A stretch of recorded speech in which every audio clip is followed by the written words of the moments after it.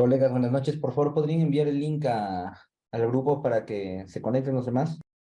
Ya, muchachos, vamos a iniciar ya porque si no, no vamos a terminar la sesión, ¿ya? Ya. Nos habíamos quedado aquí. Ya habíamos visto, ¿no? El diseño del tanque Simov. Habíamos visto que se dividían en tres partes, en el área o en la zona A, que más que todo es compartir todo, ya. La zona de sedimentación, la parte que están viendo aquí arriba, esta zona. La cámara de natas. ¿Qué vendrían siendo las natas? Miren, bueno, entonces aquí va a haber una pregunta también, ¿ya? ¿Cuál es la diferencia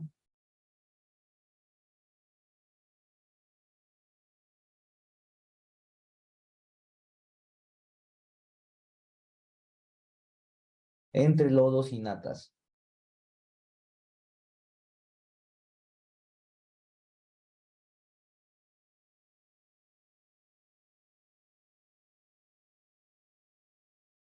Ya, muchachos, no sé si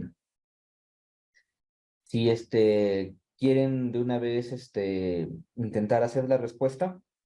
Ya, miren, los lodos, vamos a dibujar un sedimentador, ¿ya? Mm, los lodos son los que se quedan aquí abajo, ¿no? Los lodos, lo conocen, ¿no? Le dicen lodos en general, porque son desechos que quedan en el fondo, ¿no? En este caso, uno que estamos viendo vendría siendo la materia fecal, ¿no? Las heces, ¿no? Y las natas quedarían flotando aquí, ¿no? Así como las natas de las leches, esas serían las natas, ¿no? Entonces serían las natas. A ver, los locos en la parte superior y la nata es lo que se ubica en la parte superior, lodos en la parte inferior. Exacto, muy bien, Leonardo. Esa es la respuesta, ¿no? Las natas, ¿no? Los lodos están ubicados en la parte inferior. Entonces, ¿qué quiere decir? Que tiene más peso. En cambio, las natas tienen menos peso. Podrían definirse como sustancias algo viscosas, ¿no? Viscosas, ¿no?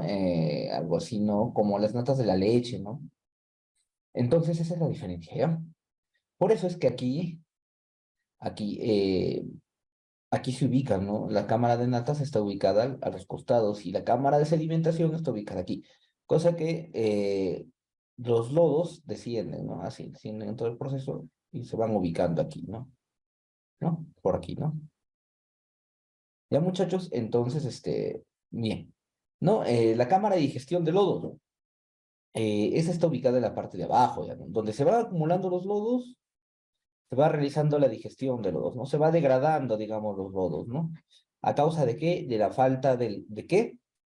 Del DBO, ¿no? DBO, ¿no? Entonces, bueno, es un proceso químico, ¿no? Y el área de ventilación, ¿no? Que vendría estando compuesta por las tuberías de ventilación y también unas pequeñas áreas que en este corte no se ven, ¿no? Además de esos compartimientos se tendrá que diseñar el hecho de secado de lodos, ¿no? El hecho de secado de lodos. Bien, esto ya lo hemos visto y acá es donde vamos a hacer un pequeño paréntesis para pasar material.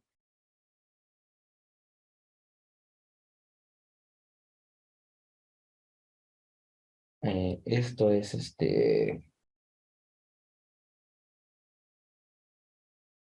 no, esto es biodigestoria, que también vamos a ver hoy. Y aquí tengo lo que es los parámetros de diseño. Esto le dije que lo íbamos a ver y hay que verlo de una vez ahora. Es rápido porque es prácticamente lo mismo que se ha visto en agua potable.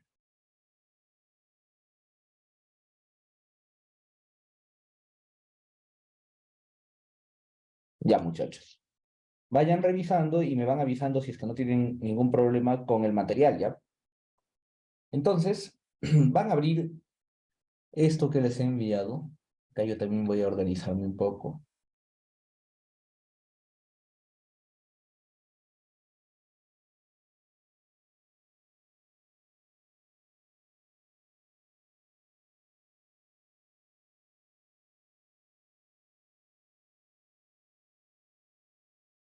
Y abran esto que dice parámetros de diseño, por favor.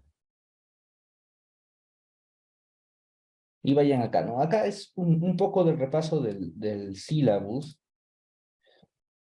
Yo pensaba iniciar este módulo con esta clase, pero lo que pasa es que el diseño de los VS y eso no tiene tanto que ver, ¿no? Con lo que es el periodo de diseño, ¿no? Pero entonces, bueno, haciendo un pequeño repaso, tenemos, ¿no? Que hemos visto, ahorita vamos a ver lo que es ya periodo de diseño, ¿no?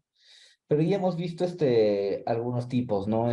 Generalmente cuando vamos a ver red de alcantarillado, que ya van a ser en la próxima sesión, ya vamos a ver todo esto demás, ¿no? Caudal de diseño, vamos a ver áreas, longitudes, esquema de toda la red, pendientes, que generalmente, como les digo, esto de acá, lo más difícil de la parte de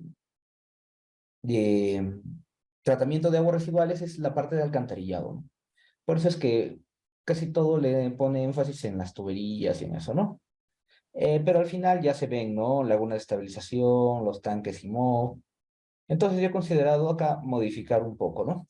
¿Por qué? Porque estas redes de alcantarillado están en las zonas de locales. Y las lagunas de estabilización, los tanques, etcétera, esos están en las aguas, en las zonas residuales, rurales, ¿no? Por eso he separado, ¿no? Entonces, bien, habiendo explicado un poco esto, ya, nos vamos aquí, ¿no? A los parámetros de diseño, ¿no? La población de diseño, ¿no? Eso lo habíamos visto de manera rápida en las hojas de cálculo anteriormente, pero ahora sí le vamos a dar un poco más de énfasis, ¿no? Entonces, a ver, la población de diseño, ¿no? La población de diseño, como saben, es el dato más importante, incluso más importante que el caudal máximo diario. ¿Por qué? Porque del caudal de la población de diseño depende el caudal máximo diario, ¿no? Entonces, a partir de esto se diseña no solo la red de alcantarillado, sino se diseña todas las estructuras que tienen que ver con la red de alcantarillado, ¿no? Y entonces, para calcular esta población de diseño que tenemos, que calcular un tiempo, ¿no? Un tiempo que van a durar las estructuras o periodo de vida, ¿no? Entonces, ahí ya más o menos que se vinculan, ¿no? Por eso, cuando tenemos una estructura hidráulica cualquiera, tenemos ya, ¿no? Quizás, de repente un canal, ¿no? Ahí, ¿con qué trabajamos? Con el periodo de retorno. Pero acá tenemos que trabajar con la población de diseño, ¿por qué? Porque nosotros vamos a abastecer a personas, ¿no? Entonces, bien, se pueden tener dos casos. El primero, en el cual la población corresponde al proyecto de urbanismo de vivienda, en el cual la población se puede considerar constante a lo largo del tiempo, o sea que no crece, ¿no? Y el segundo caso es en el cual la población tendrá variación a lo largo del tiempo, que es el caso con el que vamos a trabajar siempre, ¿no? El primero no lo he visto, ¿no? Generalmente, como dicen, no son proyectos de urbanismo, no he trabajado yo con eso, ¿no? He trabajado más con predios que tienen proyección, ¿no? De acuerdo a las normas, para el caso de proyectos urbanísticos, la población se calculará tomando en cuenta el número de viviendas, ¿no? Y acá, ¿no? En proyectos de agua potable, número de viviendas, cada vivienda, ¿cuántos tenía? 5 habitantes, ¿recuerdan? Entonces, como dicen, ¿no? El número de viviendas y el número de habitantes por vivienda, ¿no? Para la estimación de la población futura de otros proyectos, se debe escoger el apropiado a base de una comparación de métodos de proyección, ¿no? Lo mismo que vimos en agua potable. Proyección lineal, geométrica, exponencial y otros métodos, ¿no? Interés simple, interés compuesto, etcétera, ¿no? Es necesario realizar una distribución de la población y determinar los usos del suelo. ¿Para qué se determinan los usos del suelo? Ya también lo hemos visto. ¿Para qué? Para ver dónde y si es factible nosotros diseñar el tipo de tratamiento o de sistema que vamos a colocar, ¿no? Para ver si es posible colocar VS tipo compostera, tanques y MOF, etcétera, ¿no? Entonces, aquí, en lo que es proyectos de tratamiento de agua residual, es muy, muy importante el estudio previo de suelo. Incluso es más importante que en el estudio de agua potable, porque acá recordemos que estamos tratando con aguas residuales que pueden ocasionar contaminación, ¿no? Bien. La población de diseño, ¿no? Tenemos la proyección de la población, eso también ya lo hemos visto en agua potable, pero lo vamos a ver de manera rápida. La población se tiene que proyectar, ¿no? O sea, nosotros estamos diseñando para un presente, pero recuerden que la estructura, el diseño, como lo quieran llamar, tiene un periodo de vida y tiene que cumplir ese periodo de vida. Entonces, generalmente son 20 años. Entonces, en esos 20 años, obviamente la población va a cambiar. No necesariamente va a tener que aumentar, también puede disminuir, ¿no? Entonces, tenemos que trabajar conforme esos parámetros, ¿no? Y por eso sacamos una proyección de la población, ¿no? Puede salir negativa, puede salir positiva. No se alarmen si en algún proyecto ustedes calculan una tasa de proyección negativa, ¿no? Eso ya son varios factores, pues, ¿no? Migraciones, decesos, incluso por muchos decesos por falta de centros de salud, factores X, ¿no? Que, bueno, por el momento ahora no nos competen, ¿no? Entonces, quitando los términos, tenemos la población actual. ¿Cuál es la población actual? La población actual es la que tenemos y nos encontramos cuando vamos a campo en el proyecto. Es la población que contabilizamos en el padrón. Esa es la población actual. No es la población que de repente, no sé, ustedes, seguramente que sí han trabajado en campo, ¿no? Al trabajar en campo siempre hay personas que te dicen, ¿no? Ingeniero, por favor, me puede colocar acá un punto de agua potable o me puede poner aquí, ¿no? Porque yo ya me voy a anexar al padrón.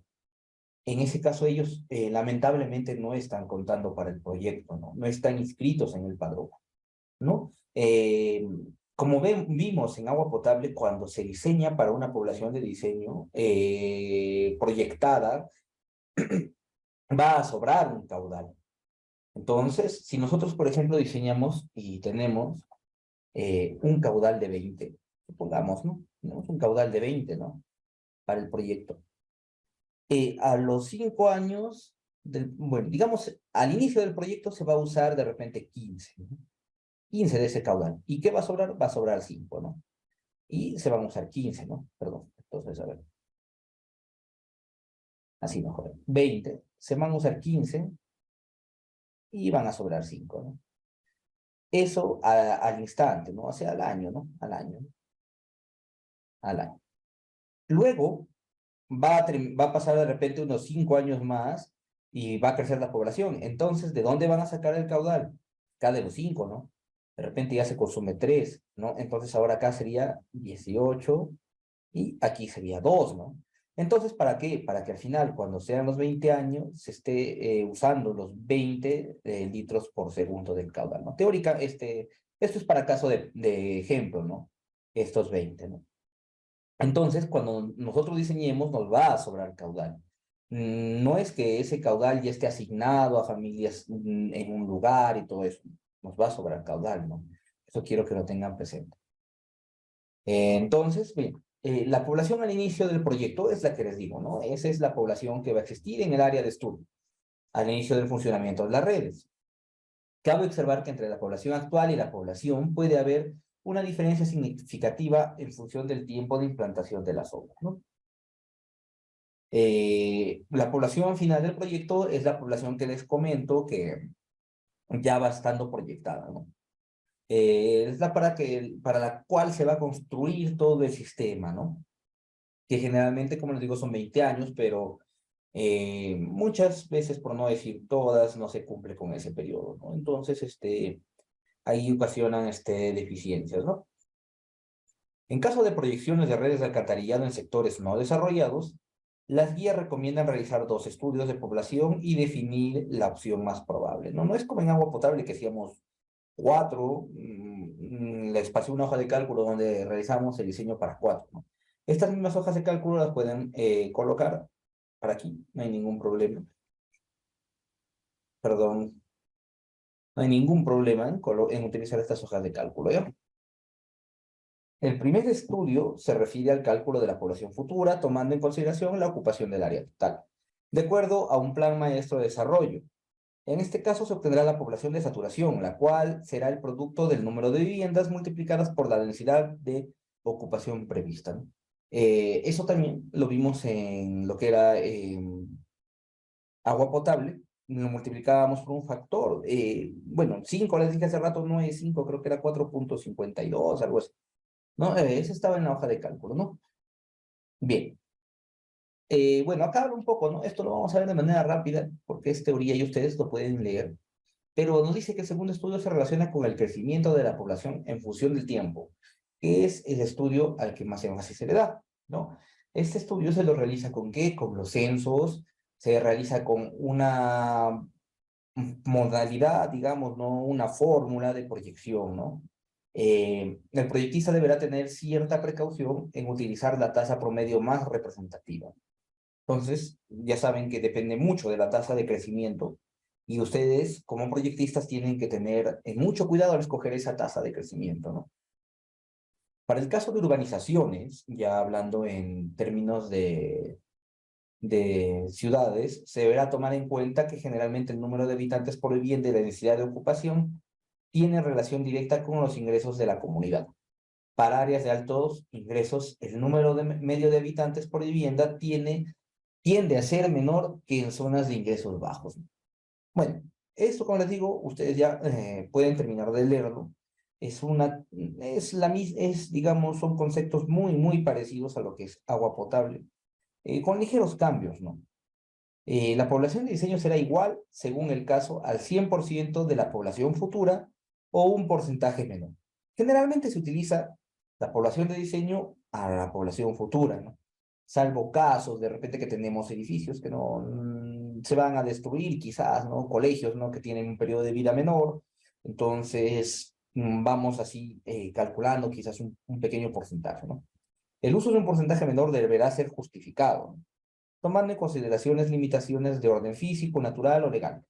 ¿Ya? Eso que les estoy diciendo, ¿no? O sea, ustedes presentan un proyecto, siempre o casi siempre la población de diseño va a ser la población futura, ¿no? Pero casos muy aislados puede ser menor siempre y cuando ustedes justifiquen eso, ¿ok?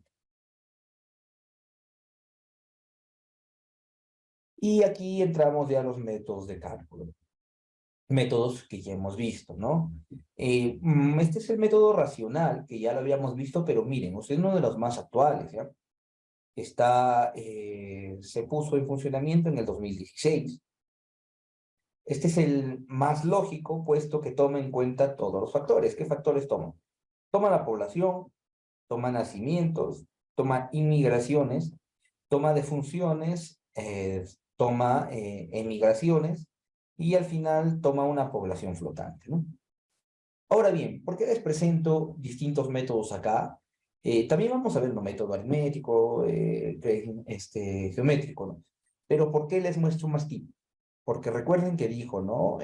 La norma nos dice, ¿no? Que hagamos dos estudios y escojamos nosotros el que creamos que es más conveniente, ¿no? A partir de aquí ya es un criterio, digamos, porque la misma norma nos dice, ¿no? Ustedes escojan el que crean más conveniente, el que se ajusta a la realidad, ¿no? Entonces, eso ya lo van a adquirir a base de estudio, a base de experiencia, ¿no?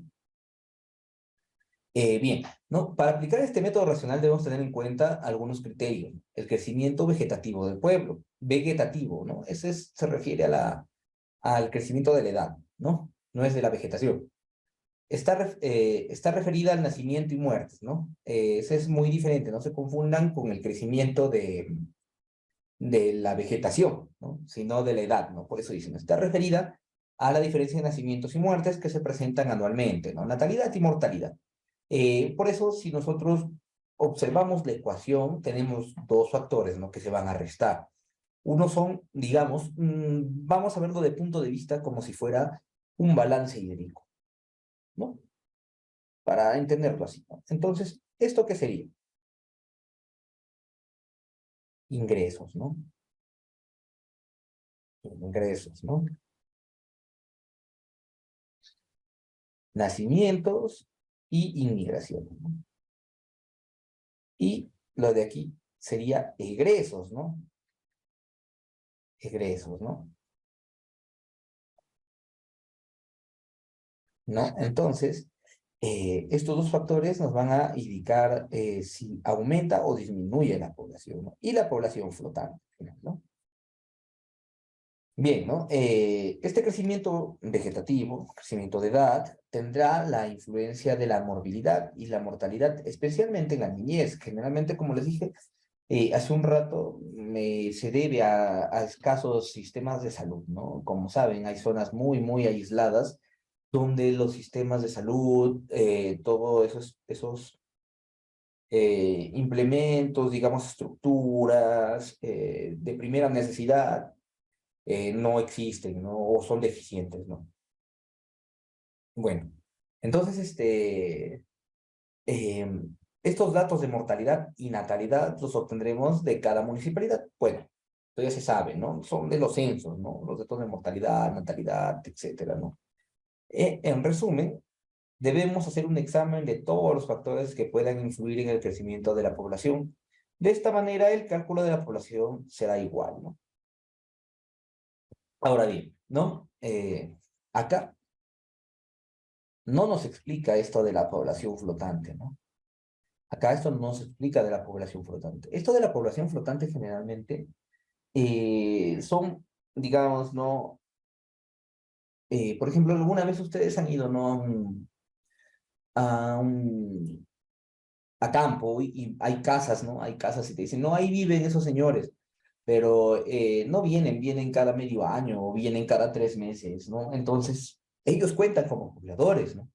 Están en su padrón, está en la municipalidad, están inscritos, pero no viven ahí, ¿no? No han emigrado, ¿no? No se han ido, ¿no?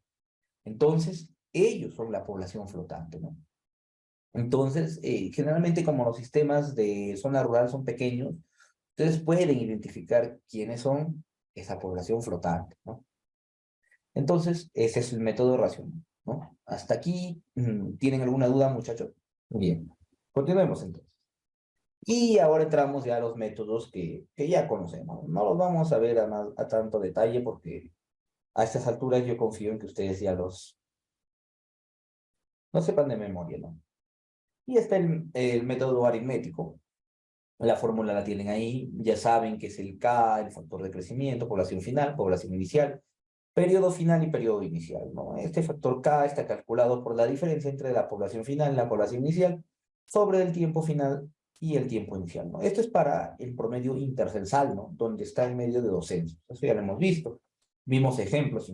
Tenemos el método aritmético, pero para poscensal vemos la ecuación varía ligeramente, ¿no? En este caso solo está variando con la población, con el tiempo inicial se resta del tiempo final. En cambio acá es el tiempo final menos el tiempo inicial, ¿no?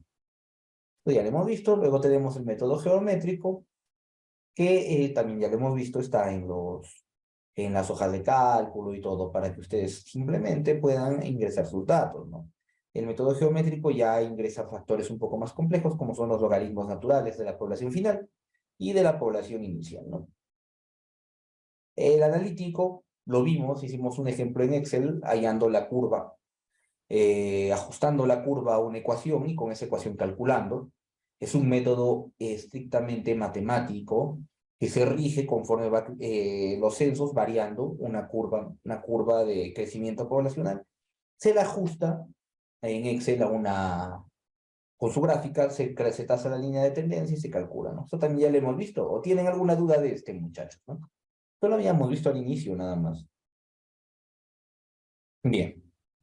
Entonces, claro, ¿no? Todo estamos viendo, todo claro, ¿no? Entonces, ya saben, también tienen su hoja de cálculo donde pueden calcular y ingresar sus datos para que ya les salgan los resultados, ¿no? La proyección basada en el crecimiento exponencial. Bueno, este es lo que les dije, ¿no? Nosotros tenemos en Excel una tabla con unos datos, ¿no?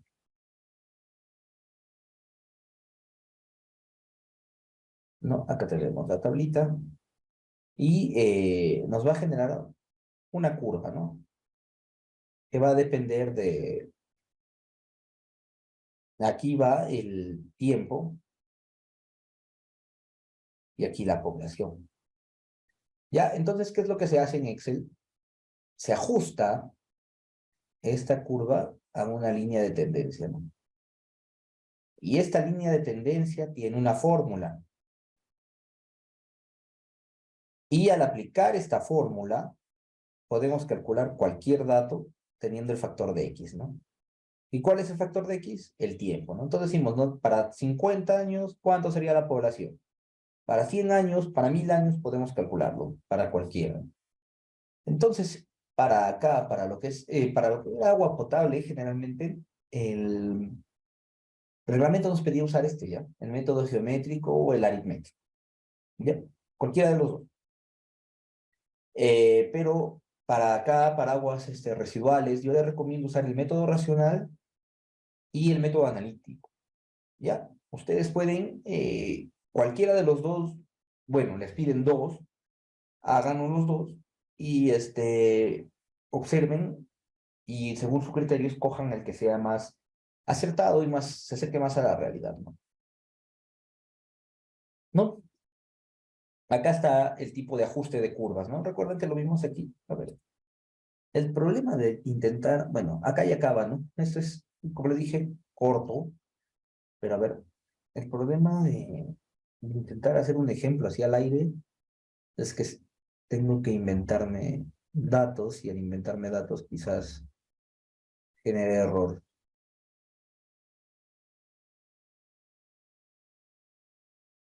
Aquí estaba justo, ¿no?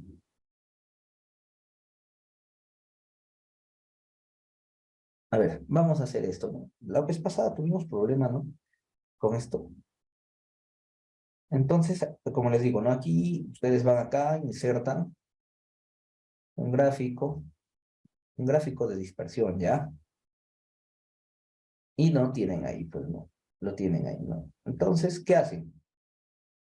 ¿No? Van aquí, clic derecho, no, encima de la línea. A ver.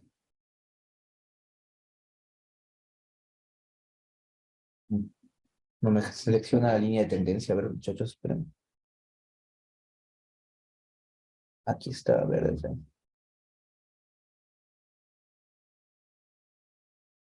agregar etiquetas.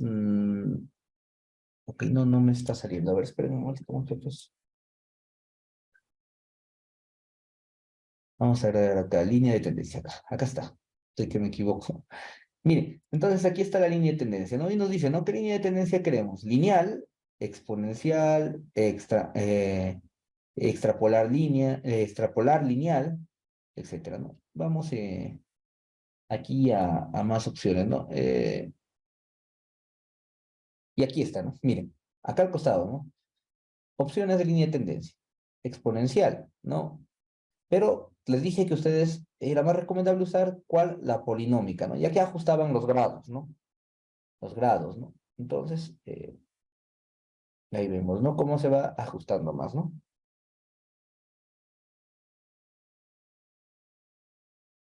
Ya, entonces ahí tienen que buscar la que más se ajuste, pues, ¿no? Y luego, ¿qué hacen?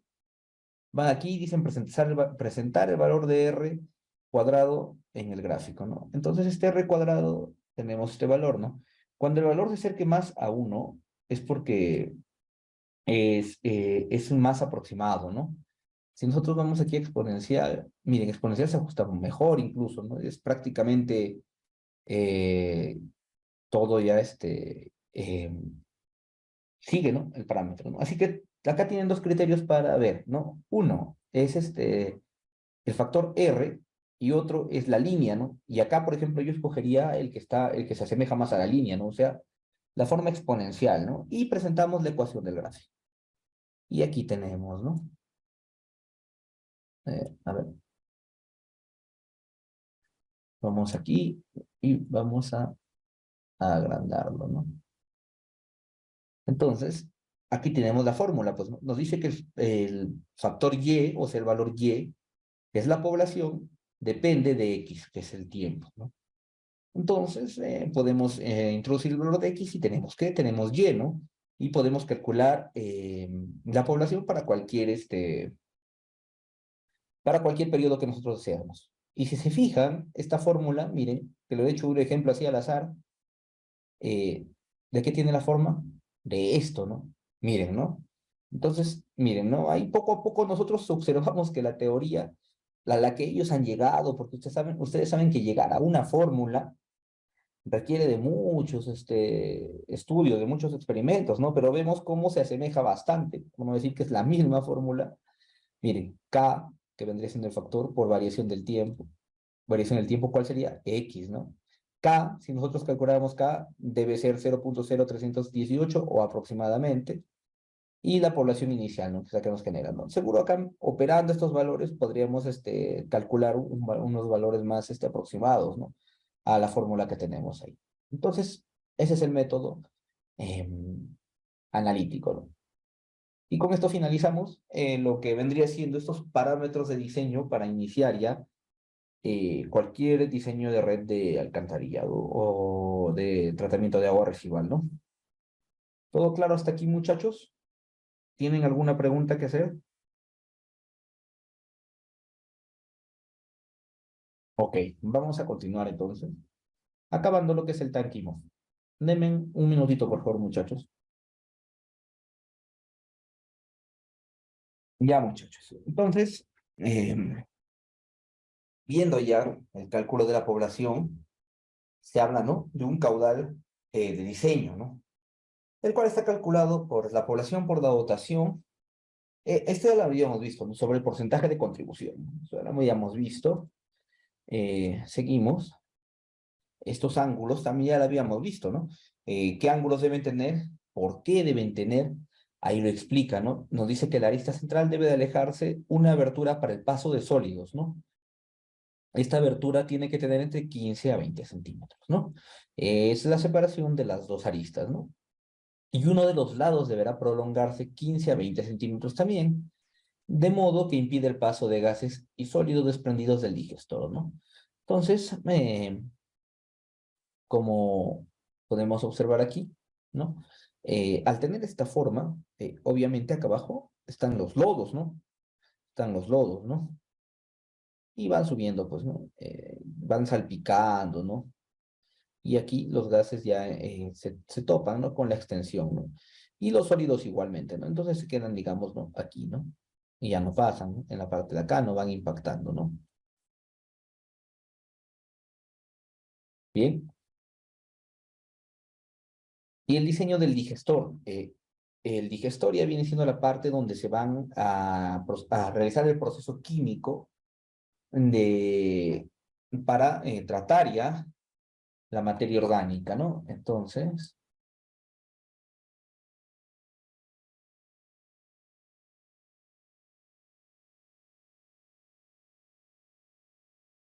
bien, a ver, acá les he pasado varios diseños, ¿ya? Creo que el de Yacanora era el que estábamos viendo, ¿no?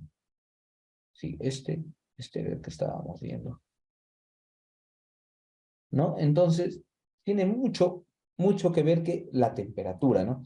Acá, miren, si ustedes, por favor, síganme, o ya luego lo arreglan, acá está realizando una interpolación, pero con un comando que se había creado antes, ¿ya? La cosa es que ahora ya no funciona, ¿ya? Miren, por eso me genera error, ¿no? Entonces nosotros aquí podemos ver, ¿no? La temperatura 17 grados, podemos aplicar una regla de 3 entre 45 y 40, 15 entre 5, podría decir que es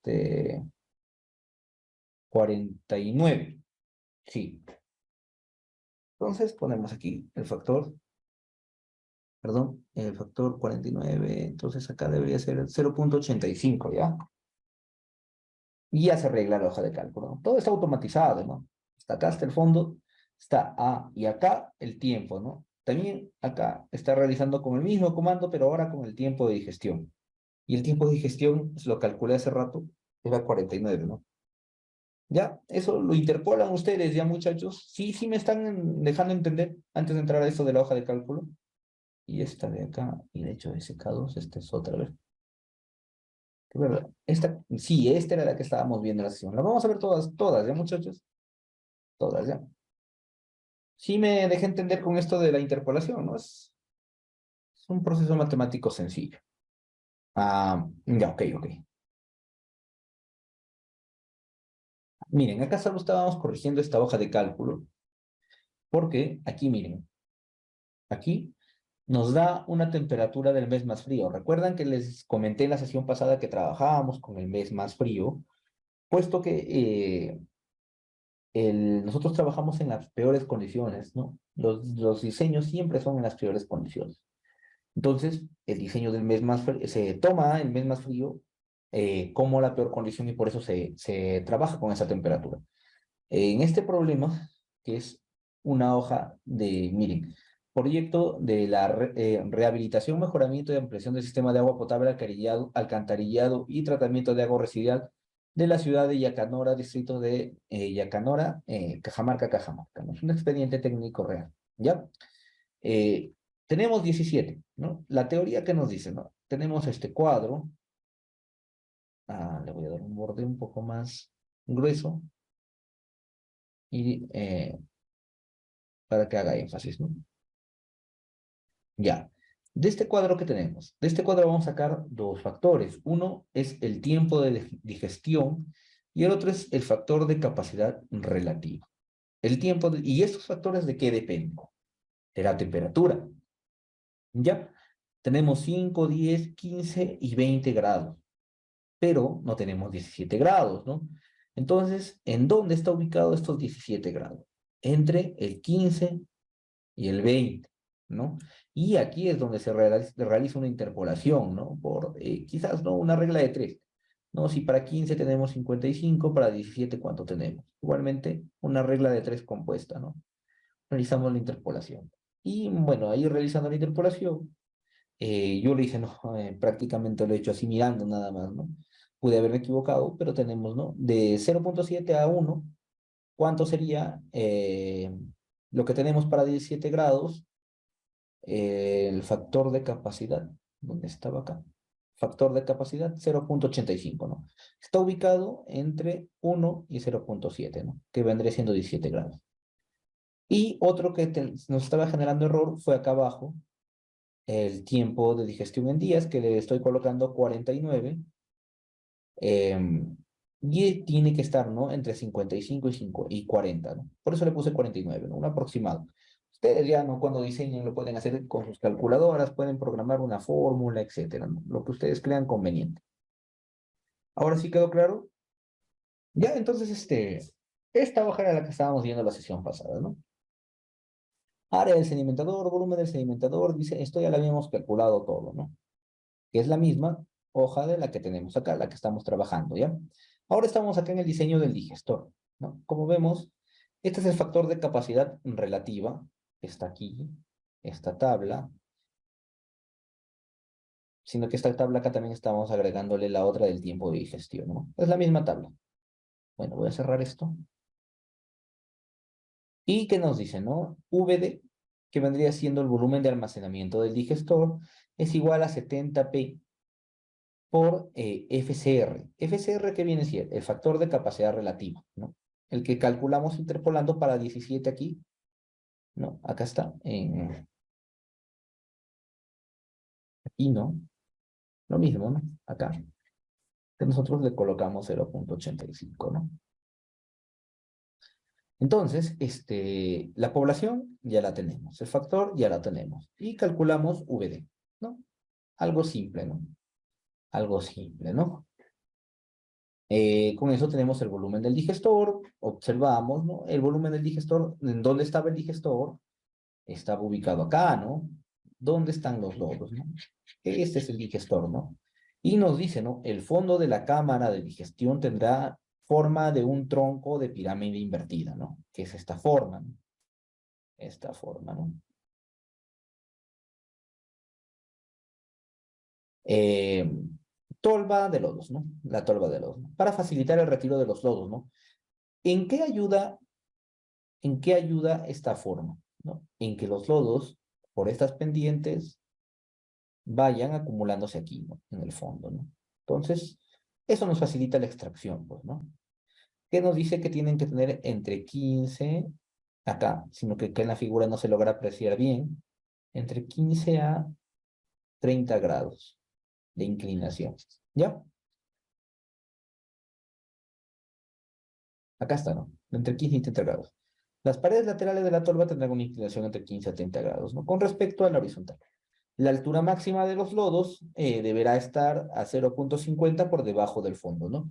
El colega, la sesión pasada, Anderley, creo, si no me equivoco, explicó eh, que cuando se disminuía esta capacidad de lodos, o sea, cuando esto de acá pasaba a ser 0,40, nosotros ya teníamos que hacer que la limpieza, ¿no? La purga, ¿no? ¿Y qué se hacía aquí? Se abría estas llaves, ¿no? ¿Para qué? Para poder descender el nivel de los lodos.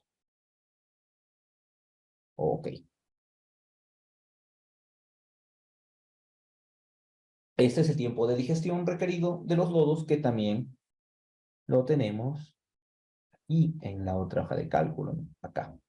Por eso, estas hojas, si bien de estructura se ve distinta, pero obviamente son el mismo concepto, ¿ya? Las mismas fórmulas, todo eso. No es que estemos aplicando distintas fórmulas, ¿no? Es lo mismo. ¿Ya, muchachos? Acá observamos, ¿no? El tiempo de digestión, que depende de qué? De la temperatura, ¿no? Bien.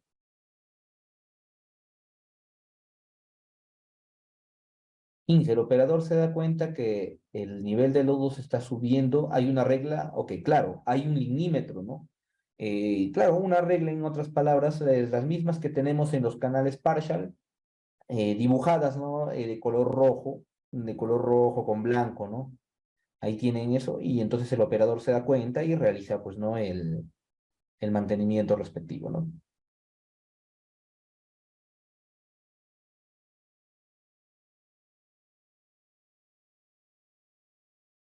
A ver, ya.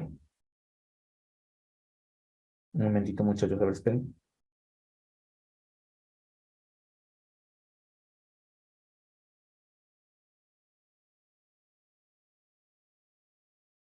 Ya, ok. Entonces, no, frecuencia de retiro de lodos. El caso en que les estoy diciendo aquí, ¿no? Donde este lodo, bueno, los lodos aquí se acumulen y suban más de la cuenta, puede deberse quizás al aumento, ¿no? Del caudal que estamos nosotros circulando. Quizás las válvulas de entrada han fallado, está habiendo un poco más de flujo. O quizás, ¿no? Bueno, el problema no está acá abajo, ¿ya? El problema no está acá abajo, porque acá abajo no hay tuberías de entrada, ¿no? Solo hay tuberías solo hay este lugar de almacenamiento, ¿no? Puede haberse distintos factores, ¿no? En caso generalmente no sucede, pero puede ocurrir, ¿no? Pero lo que nos dice aquí, ¿no? Nos dice con qué frecuencia se retiran los lodos, ¿no? Eso ya es algo rutinario, ¿no? Que el diseño está hecho para que con esa frecuencia se dé el mantenimiento, ¿no? Los lodos digeridos deberán retirarse periódicamente para estimar la frecuencia de retiros de lodos se usarán los valores consignados en la tabla, que es lo del tiempo de digestión, ¿no? La frecuencia de remoción de lodos deberá calcularse en base a estos tiempos referenciales, considerando que existirá una mezcla de lodos frescos y lodos digeridos. Los lodos frescos generalmente son los que tienen líquidos, los cuales van a pasar por un proceso de evaporación, y los lodos digeridos ya son los que se acumulan en el fondo, ¿no? Como dice, estos últimos ubicados en el fondo del digestor, ¿no? De este modo, el intervalo de tiempo entre extracción de lodos sucesivas deberá ser por lo menos el tiempo de digestión, a excepción de la primera extracción, en la que se deberá esperar el doble del tiempo de digestión. Generalmente el tiempo de digestión, o sea, el tiempo de extracción de los lodos, el tiempo de mantenimiento del tanque, vendría siendo, para nuestro caso, el ejemplo que estábamos viendo en la hoja de cálculo, sería un aproximado de 49 días, ¿no? Cada mes y medio aproximadamente, cada mes y 10 días, ¿no? Estaríamos nosotros haciendo el mantenimiento del tanque, ¿no? La extracción de los lodos, el diámetro mínimo de la tubería para la remoción de los lodos será de 200 milímetros y deberá estar ubicado 15 centímetros por encima del fondo del tanque. Para la remoción se requerirá una carga hidráulica mínima de 180 metros, perdón, de 1,80 metros. A ver, esto también ya lo habíamos visto la sesión pasada. Un momentito que se abra mi AutoCAD, por favor. Ok.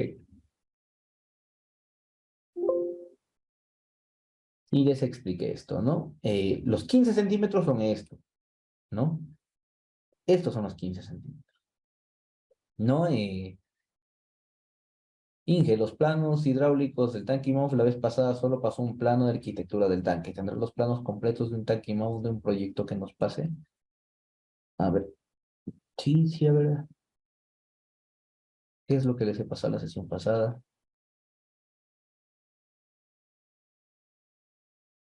A ver, sí, no, la arquitectura nada más, ¿no? Hay que colgar aquí este tanque IMOF. Ah, no, sí lo colgué después, ¿no? Miren, pero si no lo colgamos de nuevo, no hay problema. Acá está. Este es el que estaba completo, ¿recuerdan? Sí, sí, recuerdo que lo vimos completamente, ¿no? Acá está todo el diseño, ¿no? Estructural, sí, no tengo. No, eso sí les dije, que no tengo estructural. Solo hidráulico tengo del tanque, no. No. Así, esto nada más tengo. Estructural sí no tengo, muchachos. Bueno, bueno, acá están las figuras estructurales, pero si yo les soy sincero, no las he diseñado yo ya. Les mentiría, ¿no? No me voy a atribuir tampoco trabajos que no son míos. Pero el diseño obviamente está bien hecho, pueden cogerlo, ¿no?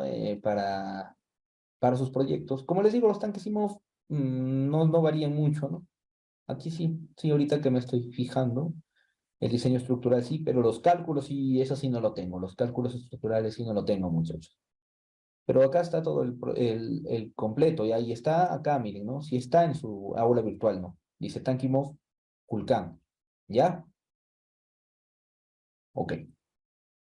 Entonces, bien, vamos siguiendo, ¿no? Estos 15 centímetros, como les decía, son los que nos dice acá, ¿no? Deberá estar ubicado 15 centímetros por encima del fondo del tanque, ¿no? El diámetro mínimo de la tubería de remoción, ¿no? Es de 200 milímetros y deberá estar ubicado a 15 centímetros, ¿no? Es esto, ¿no? Es esto, ¿no? Estos 15 centímetros, ¿no? Esta es la tubería de remoción, ¿no? La tubería de remoción, ¿no? Ahora bien, eh, nos dice que tiene que tener una carga mínima de 1,80, ¿no? Entonces, desde aquí, desde la parte de acá abajo hasta acá arriba, hasta donde está la salida de la tubería, tiene que haber 1,80 metros, ¿no? Eso también les había avisado, ¿no? O sea, toda esta distancia, esto, es 1,80 metros, ¿no? Eh, ¿Para qué se necesita la carga hidráulica? ¿Qué está ocurriendo aquí? Al haber aquí una acumulación de lodos acá abajo, ¿qué es lo que va a estar en la parte superior? El fluido, ¿no? El líquido, ¿no? Entonces, esta carga hidráulica de 1,80 hasta acá al fondo, perdón, ¿qué genera? Una presión hacia arriba, ¿no? Esta presión va a hacer que el líquido salga por aquí y por aquí cuando abramos las válvulas, ¿no? Entonces, por eso es necesario mínimo esa carga, porque si no, no va la potencia, la presión, perdón, no va a ser suficiente, ¿no? Ok. El área de ventilación y área de matas para el diseño de la superficie libre entre las paredes del digestor y el sedimentador se tendrán en cuenta los siguientes criterios. El espaciamiento será de 1 metro como mínimo. La superficie total será por lo menos 30% de la superficie total del tanque. El borde libre será como mínimo 30 centímetros. Ese era un plano que no tenía, ¿no? Si recuerdan, el plano de cámara de natas, bueno, la cámara de ventilación no tenía, ¿no? Pero acá habla de la cámara de natas. Voy a abrir de nuevo el otro plano. A ver. Ok, ya muchachos. A ver, ya, me preguntaste a dónde van, ¿no? Los lodos, ¿no? Eso sí, esta acá es es una cámara eh, que vamos a diseñar también hoy, ¿no? Lecho de secado de lodos, ¿no? Se me vive el nombre. ¿Ya? Ahí van los lodos. Eh, ya. Entonces, a ver, estaba buscando acá si este plano tiene la zona de la ventilación, ¿ya? No, acá están los cortes. A ver, acá. Proyección, cortes. ¿No? La zona de ventilación está compuesta por las tuberías de ventilación y por el área de las natas, ¿ya? Pero acá solo está que nos coloca la cámara de natas, más no la zona de ventilación. Pero bueno, como les digo, la zona de ventilación vendría siendo, ¿no? Lo que es las tuberías, pues, ¿no? Y también esto de las natas, pues, ¿no? ¿Ya? Bien, ¿no? ¿Qué más nos dice, no? El espaciamiento será de 1 metro, la superficie total será por lo menos 30% de la superficie total del tanque. Bueno, eso ya. O sea, ¿qué quiere decir esto? Que esta superficie, esto de acá, y esto de acá, sumados las dos, tienen que ser el 30% ¿de qué? De todo el tanque. De todo el tanque, ¿no? Ok. Y vemos, ¿no? Acá sí está, miren, ¿no? Una zona de ventilación. Lo que no nos muestra acá. Eso quiere decir que el plano nos ha faltado colocarle nada más, no, no es que está mal diseñado, nos ha faltado colocarle, que es cámara de natas y zona de sedimentas, de ventilación, perdón, ¿no? Ya muchachos, bien. Y luego vienen los lechos de secados de los lodos, que es lo que me estabas preguntando, Leonardo. El lecho de secado no son, como les digo generalmente, son para como su nombre lo indica, se depositan ahí los lodos para que se sequen y se secan mediante ¿qué? Mediante la evaporación del líquido, ¿no? Entonces, los hechos de secado de lodos son generalmente, la teoría nos dice, el método más simple y económico de deshidratar los lodos, ¿no? Digerido, el cual resulta lo ideal para pequeñas comunidades, ¿no? Es que generalmente, muchachos, los tanques IMO son diseñados para comunidades pequeñas, ¿ya? Por eso es que se diseñan estos lechos de secado también. Bien, el diseño está compuesto, se realiza mediante la siguiente fórmula, ¿no? La carga de sólidos que ingresa al sedimentador está dada por esa fórmula, la cual es un caudal promedio de agarros residuales, que ya lo hemos calculado antes. SS son los sólidos en suspensión del agua residual cruda.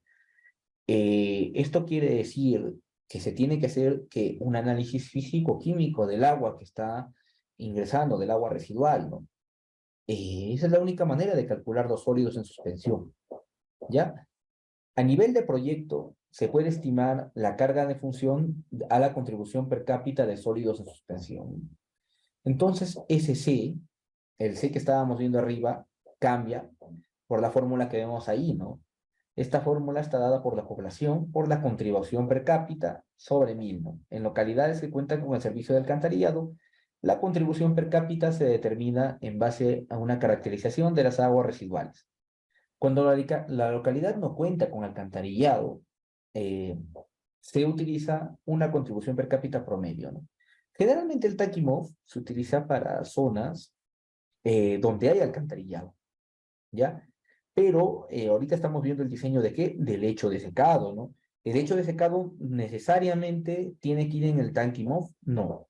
Se lo puede diseñar también para limpiar tanques sépticos, biodigestores, etcétera, ¿no? Por eso el diseño nos especifica que para alcantarillado es otro contribución per cápita y perdón, para zonas rurales es una contribución per cápita y para zonas urbanas es otra, ¿no? Bien, la masa de sólidos que conforman los lodos está dado por la siguiente fórmula, MSD, masa de sólidos que conforman los lodos, y nos genera por esta multiplicación que en el reglamento lo expresa así. No sé por qué, nosotros podríamos simplemente multiplicar esto de acá por seno. pero yo lo he escrito tal y como está en el reglamento, ¿ya? Este C es este, ¿no? El C que hemos calculado antes está colocado aquí. Y el volumen diario de lodos, calculado así, volumen diario de lodo sobre MSD, que ya lo estamos calculando antes, y la densidad de lodo, ¿no? Densidad de los lodos, que es igual a 1,04 kilogramos por litro, ¿no? En teoría, ¿no? No necesariamente va a tener que ser así, pero para el diseñar nosotros vamos a considerar ese factor. El porcentaje de sólidos es igual al porcentaje de sólidos contenidos en el lodo, el cual varía de 8 a 12%, ¿no? El volumen de los lodos a extraerse del tanque se calcula mediante la siguiente expresión, ¿no? El volumen de lodo sobre H sub A, que vendría siendo el área, y TD, que vendría siendo el tiempo de digestión. Y el tiempo de digestión ya lo calculábamos, ¿recuerdan? ¿Mediante qué? Mediante la tabla, ¿no? Y el área del hecho de secado, ¿no? Rendimiento volumétrico del digestor. Miren, ALS, perdón, área del hecho de secado. Tenemos acá que depende de la velocidad y el área. Y luego acá tenemos que depende, ¿no? De otra fórmula, ¿no? Rendimiento volumétrico del digestor sobre el número de aplicaciones al año por profundidad de inundación es igual a metros cúbicos de lecho, o sea, el área del lecho, sobre un habitante, ¿no? Es la fórmula con la que se calcula, ¿no? Número de aplicaciones al año podríamos tomarlo. A ver, vamos a ver si acá nos da una consideración. Nos dice, no, HA es la profundidad de aplicación. El ancho del lecho de secado es generalmente de 3 a 6 metros, pero para instalaciones grandes puede sobrepasar los 10 metros. Alternativamente se puede emplear la siguiente expresión para obtener las dimensiones unitarias del lecho de secado, considerando el número de aplicaciones al año. Ah, ya. Esto, esto es así, miren muchachos, ya. Acá ha habido un error. Esto es así. Esto va aquí. ¿Ya? Nos dice, ¿no? El HA nos especifica todo eso, ¿no? La fórmula anterior que estábamos viendo, esta fórmula, ¿no? Copiarla de nuevo aquí. Ha ocurrido un error aquí, pero bueno, acá está, ¿no? Bien. ¿Dónde tenemos, no? Este HA, no dice el ancho del lecho de lodos, bueno, eso ya lo vimos. Y dice, alternativamente se puede emplear la siguiente expresión para obtener las dimensiones unitarias del lecho de secado. El cual depende del número de aplicaciones, ¿no? El número de aplicaciones, ¿no? Verificar la carga, el número de aplicaciones, bueno, ¿no? No hay un criterio en sí a qué se refiere con número de aplicaciones, ¿no? Lo que sí se podría generar, ¿no? Sería el número de limpiezas que está teniendo el digestor cada año, ¿no? Y se lo verifica con la carga superficial de sólidos aplicados al lecho de secado, ¿no? Esta carga se encuentra entre 120 a 200 kilogramos, ¿no? Por cada metro cuadrado, por año, ¿no? Entonces, ese es el diseño del lecho de secado. No se preocupen que también está en la hoja de cálculo, ¿ya? Está en la hoja de cálculo. Bueno, vamos a nivelarnos, ya vimos la teoría, ¿no? Vimos el cálculo de la población, el cálculo del caudal, el AS, el área del sedimentador, se calcula aquí. El área del sedimentador siempre se aproxima, ¿ya? Siempre se aproxima, ¿no? Volumen del sedimentador también, ¿no? Miren, tenemos el volumen del sedimentador. Todas las fórmulas que acabamos de ver están acá en esta hoja de cálculo, solo para que ingresen sus datos, ¿no? Ingresen sus datos, ¿no? En realidad solo necesitan el dato de la población, ¿no? Y otros factores que ya vienen dando de tablas, pues, ¿no? El diseño del digestor, como vimos, ¿no? En este caso está trabajando con 15 grados, por lo que el factor de capacidad relativa es 1, ¿no? En la otra hoja trabaja con 17, ¿no? Calcula el volumen de lodos, el tiempo de digestión, también 15 grados, 55 días, y el tiempo requerido para la digestión son 55 días. De eso calculamos cuánto el tiempo de limpieza, pues, ¿no? ¿Cuánto es el tiempo de limpieza aquí? El mismo tiempo para la digestión de lodos, ¿no? Como mínimo, ¿no? O sea, no puede ser mínimo, menos de 55 días el tiempo de limpieza, no puede ser, ¿no? La frecuencia de retiro de los lodos. Aquí nos da una consideración. Los lodos digeridos deberán retirarse periódicamente. Para estimar la frecuencia de retiro de lodos se usarán los valores proporcionados en la tabla 2. Miren, es lo mismo que estábamos viendo, ¿no? ¿Por qué? Porque esta hoja ha sido diseñada conforme al reglamento, ¿no? Bueno, esto es lo mismo, ¿no? La frecuencia de remoción de lodos deberá calcularse en base a estos tiempos referenciales, considerando que será una mezcla de lodos frescos y esto ya lo hemos visto, no hay que darle mucho énfasis, ¿no? Extracción de lodos, la tubería, acá se asume de 8 pulgadas, ¿no? Vimos que era mínimo 200 milímetros, ¿no? Y la carga hidráulica de 1,80, ¿no? Mínimo también, ¿no? Está dando los valores mínimos, ¿no? ¿No? Acá dice, nota, el diámetro mínimo de la tubería de 200 milímetros y deberá estar ubicado unos 15 centímetros, ¿no? Todo bien, ¿no? El área de ventilación, no dice, esto está en el reglamento también, espaciamiento libre y borde libre, ¿no? Y ya, bueno, con esto se diseñó el digestor, la extracción de lodos y el área de ventilación. Y pasamos a lo que vimos ahorita, que es el hecho de secado, ¿no? Sólidos en suspensión. Este dato que está acá en amarillo, generalmente los datos que estoy colocando acá en amarillo son datos que se tienen que ingresar ya. Este dato que está acá en amarillo es un dato calculado, bueno, no calculado, obtenido de, de un análisis físico-químico, ¿ya? Muy importante eso, ¿ya, muchachos? No es cualquier dato y no está en tablas, ¿no? Depende mucho de la zona de el tipo de agua que nosotros estamos, con la que estamos trabajando, ¿no? Y ya, pues, no se aplica la fórmula, se calcula C y se calcula, ¿no? Bueno, tenemos C acá, ¿no? Calculado por esta fórmula, ¿no? Pero acá también tenemos, no dice, ¿no? A nivel de proyecto se puede estimar la carga en función a la contribución per cápita, ¿no? Podemos calcular la carga y vemos que hay una diferencia muy grande, ¿no? Carga de sólidos que ingresan al sedimentador, ¿no? ¿No? Acá sale 17.000, no, 1.799, ¿no? 1.800 prácticamente. Y acá salen 289, ¿no? ¿Ok? Vamos a continuar. Masa de sólidos conforman los lodos. Recuerden aquí, miren, a nivel de proyecto se puede estimar la carga en función de la contribución per cápita. Entonces, ¿cuál de los dos usarían ustedes si están diseñando? Ah, Leonardo, acabo de decir que estos se obtienen de un análisis físico-químico. O sea, mandas al laboratorio el agua residual y te van a dar los sólidos en suspensión, ¿no? SS, ¿no? Sólidos en suspensión, ¿ya? Utilicen esta de acá, porque están haciendo un proyecto, recuerden, a nivel de proyecto, utilicen esta de acá, ¿ya? Masa de sólidos conforman los lodos. Realizan el reemplazo y miren cómo acá en la fórmula ya cambia, ¿no? No utiliza la de acá, sino está utilizando la de acá, ¿no? Hacen el reemplazo y calculan la masa de sólidos que conforman los lodos, ¿no? 93,95. Volumen diario de lodos digeridos. También aplican la fórmula y se calculan. Volumen de lodos a extraerse del tanque. Todo son fórmulas que les he explicado aquí, ¿ya? Todo esto, ¿no? Solo acá están aplicándose nada más en la hoja de cálculo, ¿no?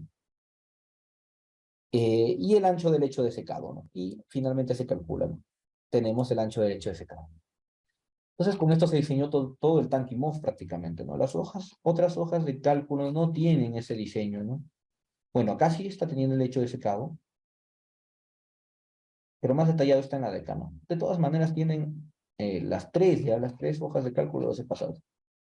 Esta sí no, esta es la que no tiene el lecho de secado, ¿ya, muchachos? Entonces, ustedes trabajen con la que se sientan más cómodos, pues, ¿no? Y finalmente, vemos lo que es el medio drenaje. Antes de nada, bueno, si tienen alguna duda, me la pueden decir ahora, antes de terminar lo que es el tanque MOF.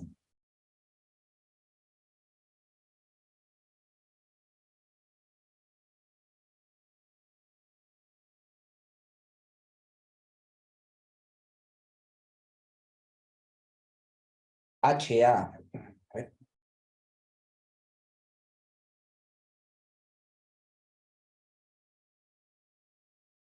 ¿cuál HA?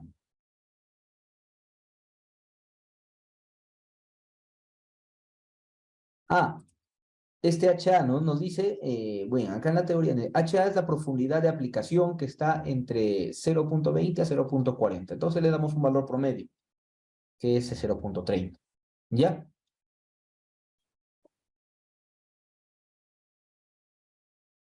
Bien, el medio de drenaje. El medio de drenaje es generalmente de 0,30 de espesor. Este medio de drenaje es igualito que los filtros, ¿no? Los filtros que hemos visto para agua potable, el filtro lento de agua potable está compuesto por arena, grava y una tubería, ¿no? Tienen que tener espesor de 0,30. El medio de soporte recomendado está construido por una capa de 15 centímetros formada por ladrillos colocados sobre el medio filtrante con una separación de 2 a 3 centímetros llena de arena. La arena es el medio filtrante y debe tener un tamaño de 0,30 a 1,30 y un coeficiente de uniformidad de 2,5. Debajo del área se deberá colocar un estrato de grava graduada entre 1,6 y 51 milímetros, ¿no? O un sexto de pulgada y 2 pulgadas, ¿no? De 0,20 metros de espesor o 20 centímetros de espesor, ¿no? Ese es el diseño del medio de drenaje. Y bueno, acá tenemos ya unos planes tipo, ¿no? Pero ya tienen los planos en CAD, ¿no? En formato CAD, ¿no? Bien, y con eso acabamos ya lo que es el diseño del Tankimov. Ya ha quedado todo claro. O si tienen alguna duda, me la pueden hacer saber para que podamos nosotros ingresar ya a lo que es el diseño del biodigestor. Bueno, en realidad el biodigestor ya es una estructura diseñada, ya solo vamos a ver su funcionamiento.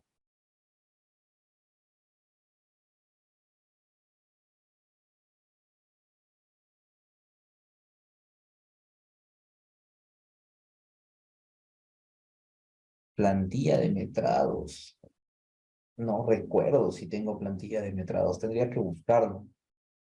Para eso, me puedes hacer acordar y yo lo busco para colgarlo al aula virtual, ¿ya? Porque para buscarlo ahorita voy a demorar mucho. Pero sí, debo de tener por ahí.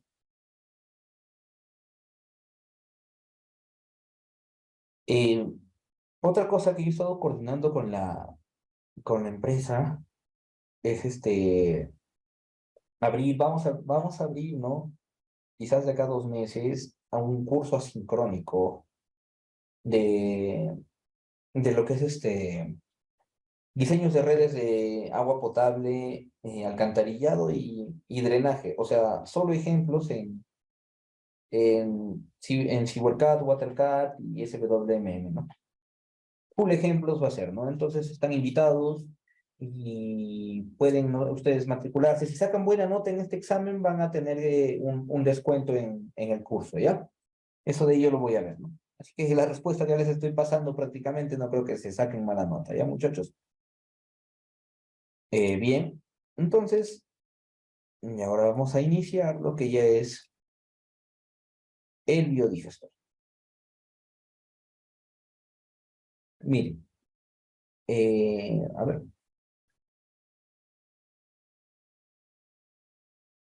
vamos primero a abrir acá esto, ¿ya?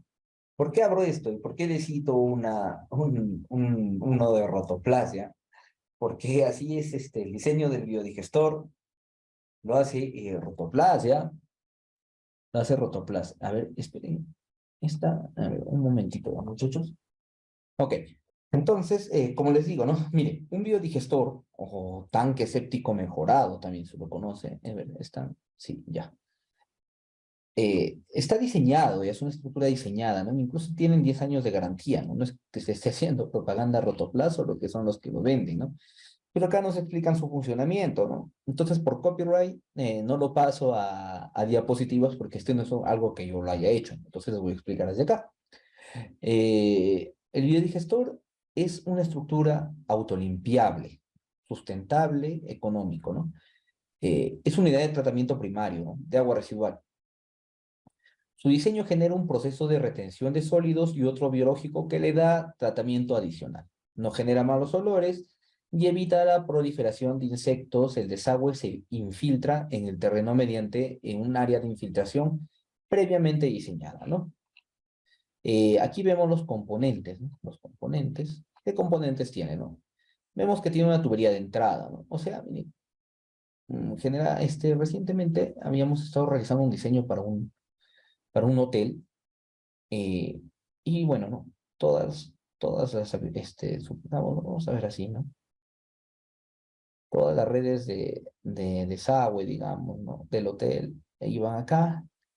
Y lo que pasaba en ese lugar es que acá había una caja, ¿no? Una caja de recolección. Y acá venían ¿no? Más líneas, ¿no? Lo que pasaba acá es que aquí afuera no había red de desagüe, ¿no? Porque era un hotel en la playa. Entonces acá se había proyectado un biodigestor, ¿no? Y se lo jala para acá y acá se instala el biodigestor enterrado, ¿no? Entonces, la duda del cliente era si ocasionaba malos olores o todo eso, y la respuesta es que no, pues no, como lo están viendo aquí. No ocasiona malos olores, está totalmente tapado, etcétera, ¿no? Como vemos, ¿no? Tiene un filtro Aros PET, se llama, ¿no? Una tubería de PVC de 2 pulgadas para salida del agua tratado, ¿no? Que está aquí. Una válvula para extracción de lodos, igualmente como vimos en el Tankimov, miren, tiene la misma forma, ¿no? La misma. Si ustedes analizan acá, es un pequeño Tankimov, digamos, ¿no? Miren, esto, esto de acá, esta zona, ¿no? Esta zona, ¿qué vendría siendo? La zona de sedimentación, ¿no? Esto, ¿qué vendría siendo? La zona de digestión, ¿no? Y estas tuberías, la de ventilación, ¿no? Entonces, como vemos, es lo mismo, ¿no? Es lo mismo, ¿no? Sale la tubería de ventilación, pero también tiene una tubería por donde, ¿qué se hace? Se extraen los lodos, ¿no? Y tiene que tener la suficiente carga hidráulica. A ver, voy a cambiar de color. A ver. Tiene que tener la suficiente carga hidráulica desde aquí hasta acá para que la presión garantice que los lodos salen de manera fluida, ¿no?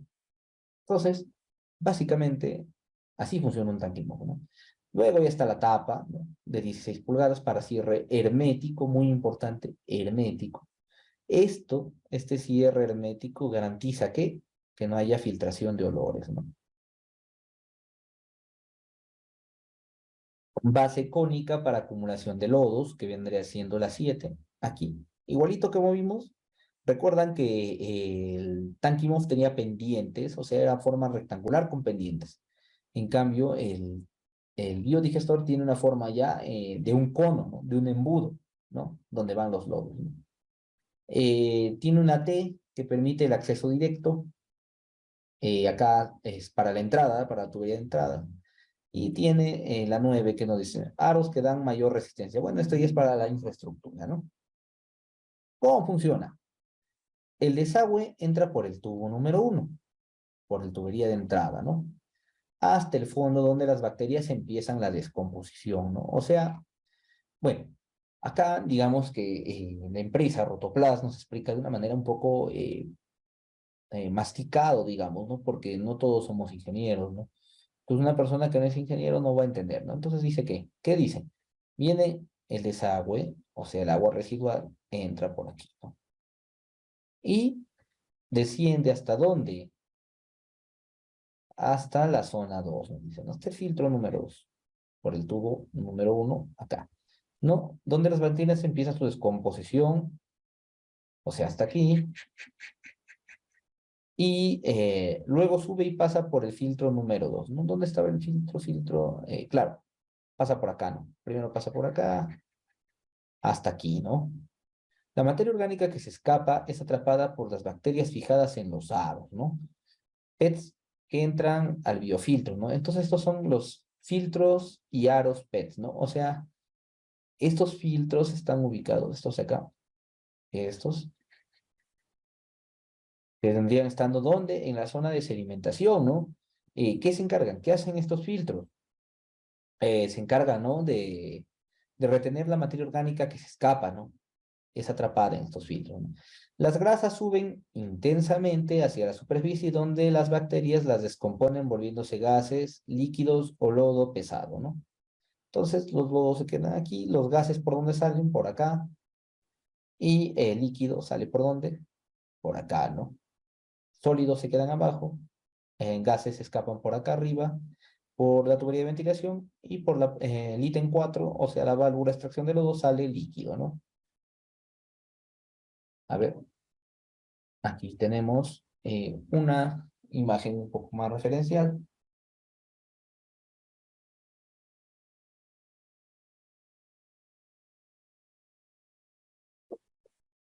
¿no?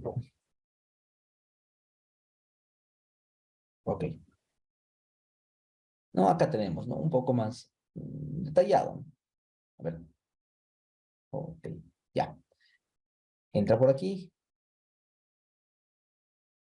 Acá está ubicada la T de la que hablaba y desciende, ¿no? Acá son los lodos que escapan ubicados por esos filtros que nos menciona. Es un filtro obviamente diseñado pues, ¿no? por la empresa. Bueno, eso no es tan concerniente nuestro, ¿no? Acá se acumulan los lodos en la parte de acá abajo. Los gases suben y salen por acá. Y los líquidos con la suficiente carga hidráulica suben y salen por acá, ¿no? Y acá que nos dijo que se van infiltrando, ¿dónde? En el terreno ya, ¿no? En el terreno, ¿no? O sea, acá no hay una zona para eliminar los lodos ahí, ¿no? Y acá es la salida de agua tratada, ¿no? La salida de agua tratada. Ok.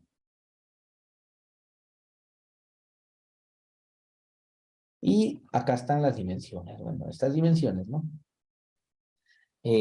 Como vemos, son ya dimensiones ya del fabricante, que tenemos que el mínimo, ¿no? Es acá, ¿no? Nos dan las especificaciones, pues, ¿no? Eh, 150 litros por uso, número de usuarios según su consumo diario de agua, ¿no? 150 litros por usuario, 90 litros por usuario, 40 litros por usuario. ¿Eso de dónde lo sacan? De la dotación, pues, ¿no? De la dotación, ¿no? Depende mucho de qué, de costa, sierra o selva, ¿no? Ese factor lo van a sacar con el análisis para determinar las dotaciones, ¿no? Con esta dotación, ustedes escogen, ¿no? Por ejemplo, yo tengo un usuario consume 150 litros y yo necesito un tanque de cuánta capacidad, de repente, ¿no? Tengo, ¿no? De 20, ¿no? Entonces, acá escoge, ¿no? Si nosotros, por ejemplo, tenemos un usuario que consume 150 litros por usuario, para 4 usuarios nada más, se usa uno de 600 litros. Para 20 usuarios se usa uno de 3000 litros, ¿no? Generalmente, ¿te recuerdan que había una tabla, ¿no? De costa, sierra y selva de cuánto era la dotación? Ya, de ahí lo sacan eso. Generalmente está entre 80 y 60, ¿no? Entonces, trabajan con 90 y recuerdan que siempre se trabaja con el peor escenario, ¿no? Entonces, con eso escogen, ¿no? Y ahí ya tienen, pues, ¿no? Siempre escojan, por ejemplo, a ver, si aquí de repente le sale 650, no, escogeré este, pues no, tiene que coger el de acá, ¿ya? No importa que esté más cerca a 600, ¿ya? Siempre tienes que coger el inmediato superior, ¿ya? Cuidado, cometan ese error, muchachos. Ya, y conforme eso, bueno, ya nosotros ya escogemos, ¿no? Y ya el fabricante nos entrega, pues, ¿no? El tanque que nosotros compramos,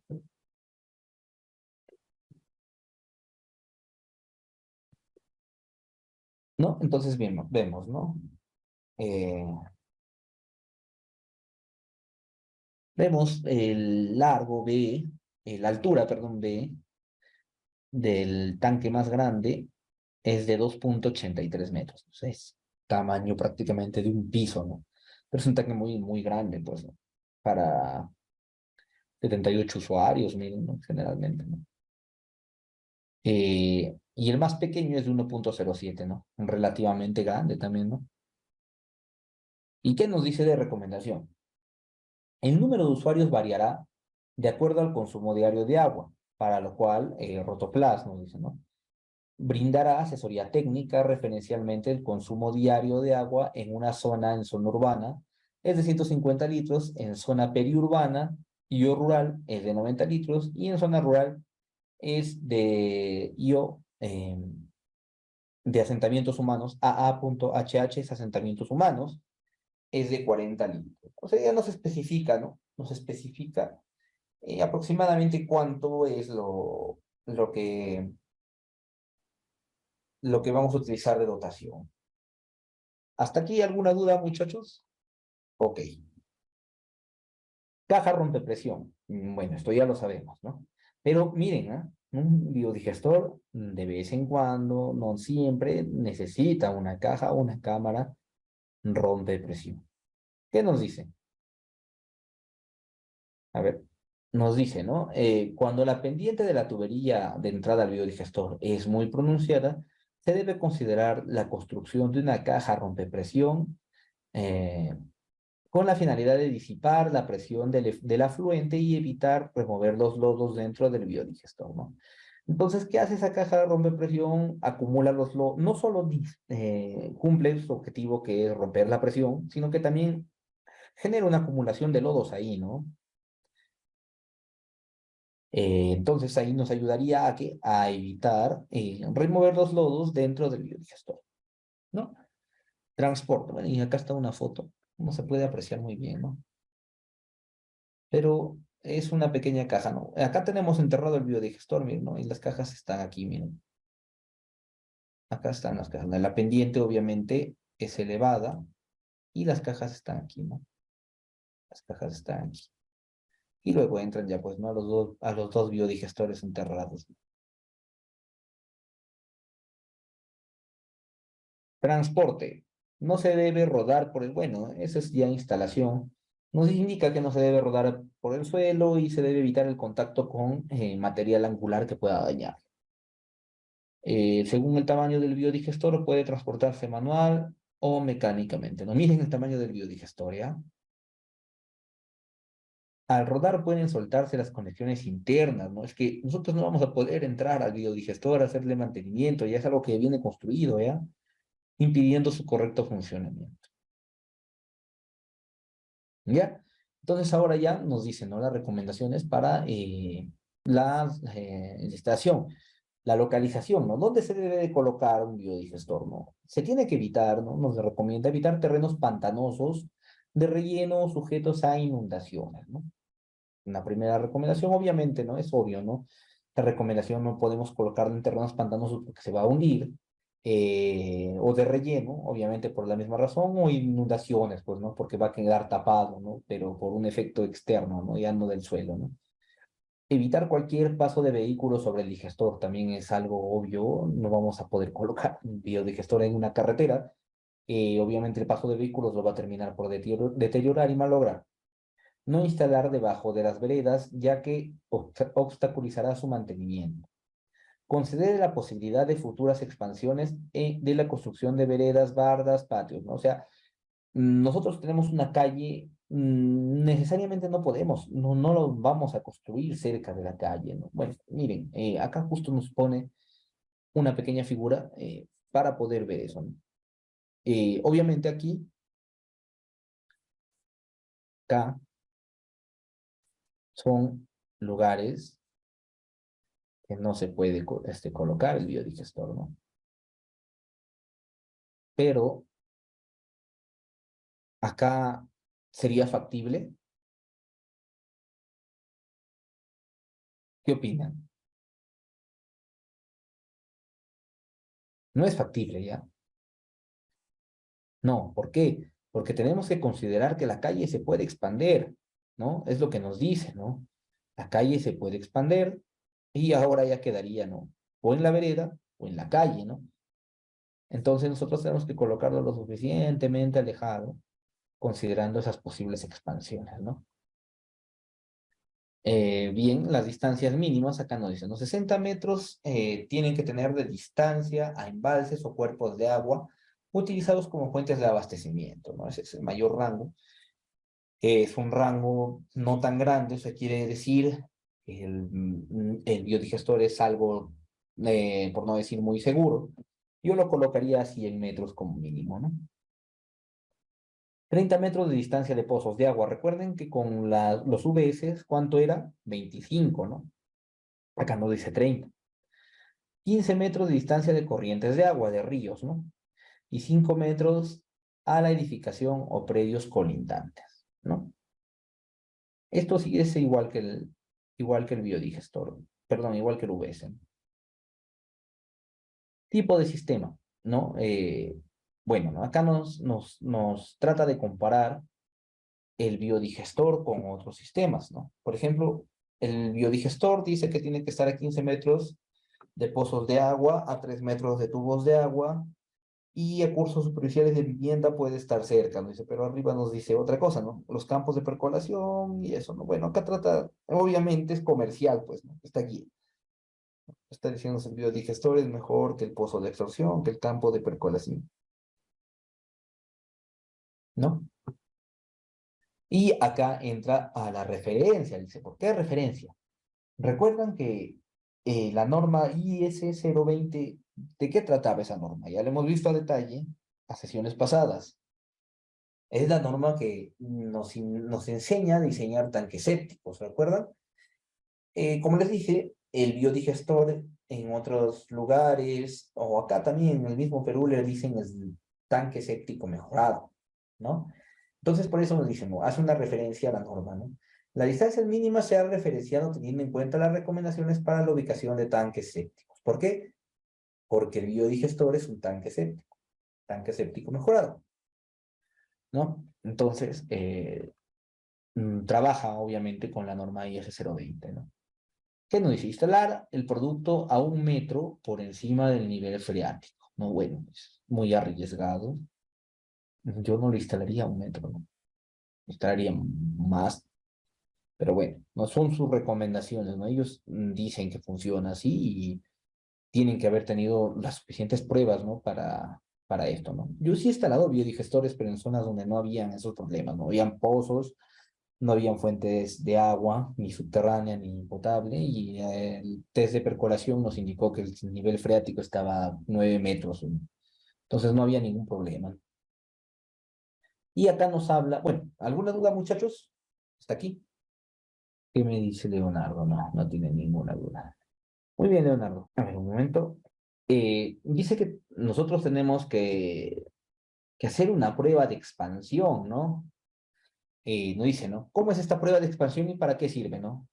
¿Cómo primero? Muele un poco de tierra en el lugar de la excavación y coloque este es, digamos que, como un test de percolación, ¿no? Nos dice, ¿no? Muele un poco de la tierra en el lugar de la excavación y coloque en un vaso o un frasco transparente la cantidad suficiente para alcanzar la altura de 3 centímetros. Agregue agua en el vaso. Eso es para ver el nivel de infiltración del suelo, ¿ya? Deje reposar por 1 hora. Mida la altura que alcanzó la tierra y compare con la tabla de potencias de expansión. Ahora ya sabe qué tipo de suelo tiene para definir el proceso de instalación. Entonces, miren, ¿no? Nos dice que coloquemos tierra molida, la cantidad suficiente para una altura de 3 centímetros. Entonces, nosotros vamos a colocar el agua, vamos a esperar 1 hora y vamos a ver qué tanto nivel ha alcanzado la tierra, ¿no? Si tiene 3%, o sea, si lo colocaríamos en un matraz, quizás, ¿no? Que esté medido, que tenga medida. Si no ha subido nada, la expansión sería 0%. Si ha subido 3.3, 10%, muy bajo, ¿no? Sí, sí se deja entender esto, ¿no? O sea, a ver, vamos a explicarlo aquí, ¿no? El ensayo iniciaría hasta acá. Este sería el punto de partida, los 3 centímetros.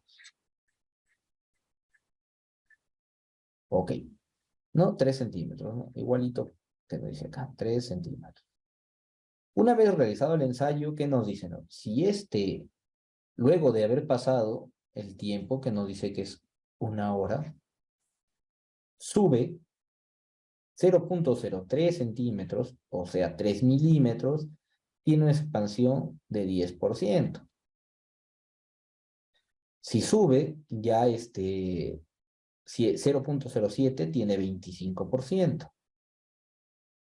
Si ya sube 1.5, o sea, sube prácticamente el 50% de la capacidad, ya tiene un nivel medio, y si ya sube el doble, tiene un nivel alto, ¿no? De expansión, ¿no? El suelo tiene una expansión del 100%, ¿no? Entonces, correspondiente a esto, acá debería haber una tabla, no nos especifica en dónde está la tabla, ¿no? Dice, ahora ya sabe el tipo de suelo tiene para definir el proceso de instalación. Entonces, el proceso de instalación, no, estamos todavía, debe estar esa tabla un poco más abajo, ¿ya? La ubicación, ¿no? Cuando el biodigestor trabaja enterrado, es recomendable la construcción de una caja de registro, ¿no? Una caja de registro obviamente es necesario, ¿no? Para realizar el mantenimiento, realizar, ¿no? La purga, etcétera, ¿no? Cuando el biodigestor trabaja semienterrado, la T cumplirá la función del registro, ¿no? Entonces, bien, ¿no? Obviamente no va a trabajar al aire libre, pues, ¿no?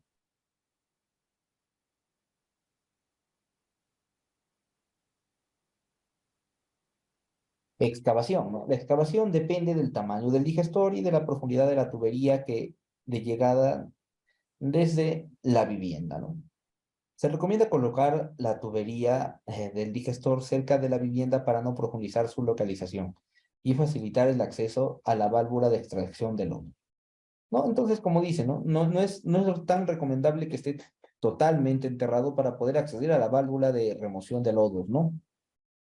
En terrenos estables, la excavación debe ser 30 centímetros mayor al diámetro del digestor, de ser posible rellenar y compactar con arena gruesa y agua.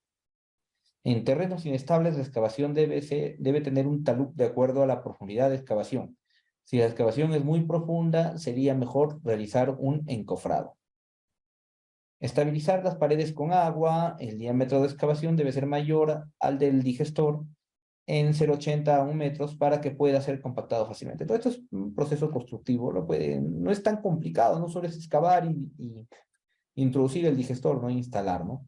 Espacio de 10 centímetros entre la tapa y la losa, miren. Esta es una instalación un poco más recomendable, ¿no? En la base de excavación debe hacerse siempre una base o plantilla de cemento de 5 centímetros de espesor. O sea, en la parte de abajo tienen que construir una plantilla de cemento de 5 centímetros.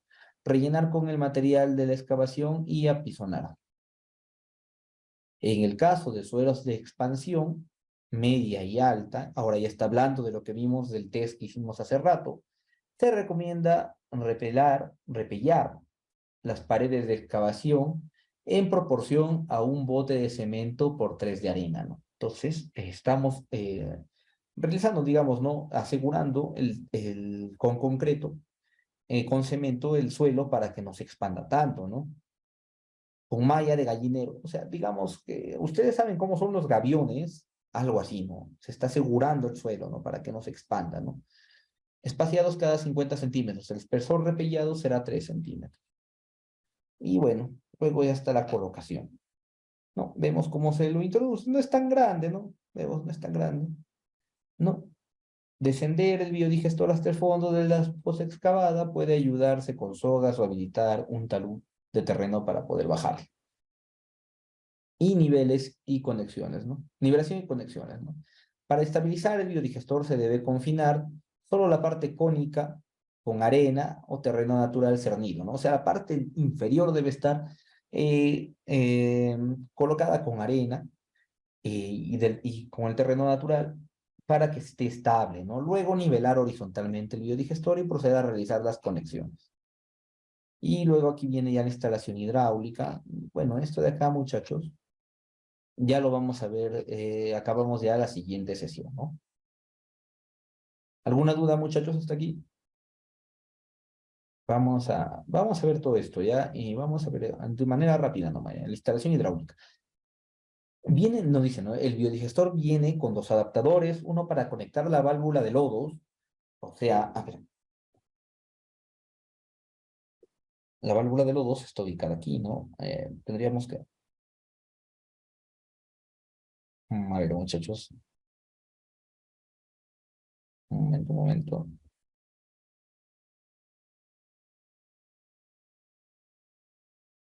ya, vamos a hacer esto.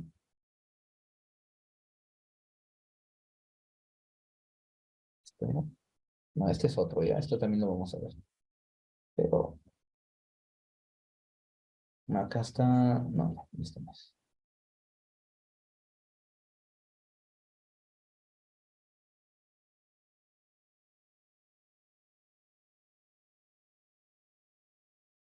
Voy a borrar esto para poder abrir los dos al mismo tiempo, ¿ya? Y poder estar aquí con las partes, ¿no? Ya, ahora sí. La válvula de extracción de los dos, miren, está ubicada generalmente en la parte de arriba, ¿no? Miren, ¿no? Entonces, ¿qué nos dice aquí? Esto de acá voy a cerrar, se me cerró el otro. Ok,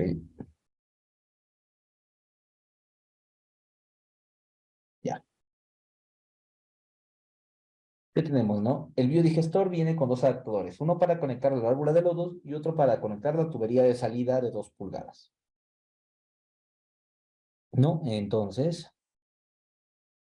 acá está, ¿no? La válvula de extracción de lodos. Ese es un adaptador, ¿no? Nos dicen, ¿no? Que un adaptador está para colocar, ¿no? Esa válvula.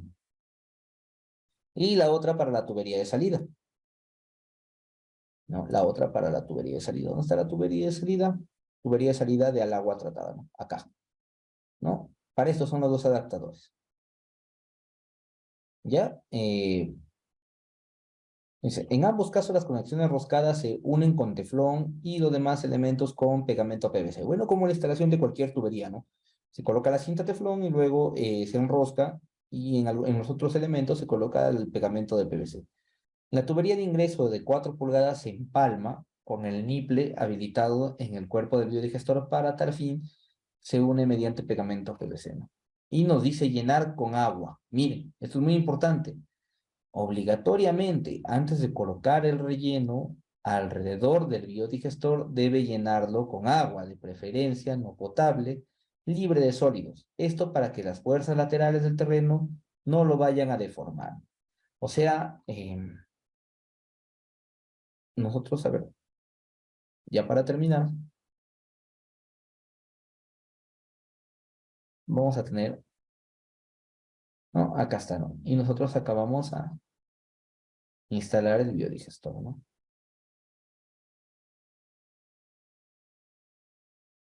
Aquí, ¿no? ¿Qué nos dice? Que esta parte la llenemos con agua, ¿no? ¿Para qué? Para que el agua actúe como un colchón amortiguador, ¿no? Un colchón amortiguador. Entonces, ¿qué ocasiona esto? Que las fuerzas que ocasiona el terreno no deformen el biodigestor, ¿no? Entonces, eso es muy importante, por eso usted lo coloca con mayúsculas. ¿Ya? Dice, al momento de la instalación, llenar el biodigestor con agua para empezar a usarlo. Las válvulas de lodo deberán permanecer cerradas y solo abrirse para limpieza, no destapar. El biodigestor, los aros son, son el material filtrante, no sacarlos del tanque. Son la zona de sedimentación, no son el material filtrante. Esa zona que está ubicada acá, aquí, en la parte 2 son la zona filtrante, ¿no? No se los tiene que sacar. El biodigestor trabaja lleno de agua si se vacía o no se llena, avisar al instalador.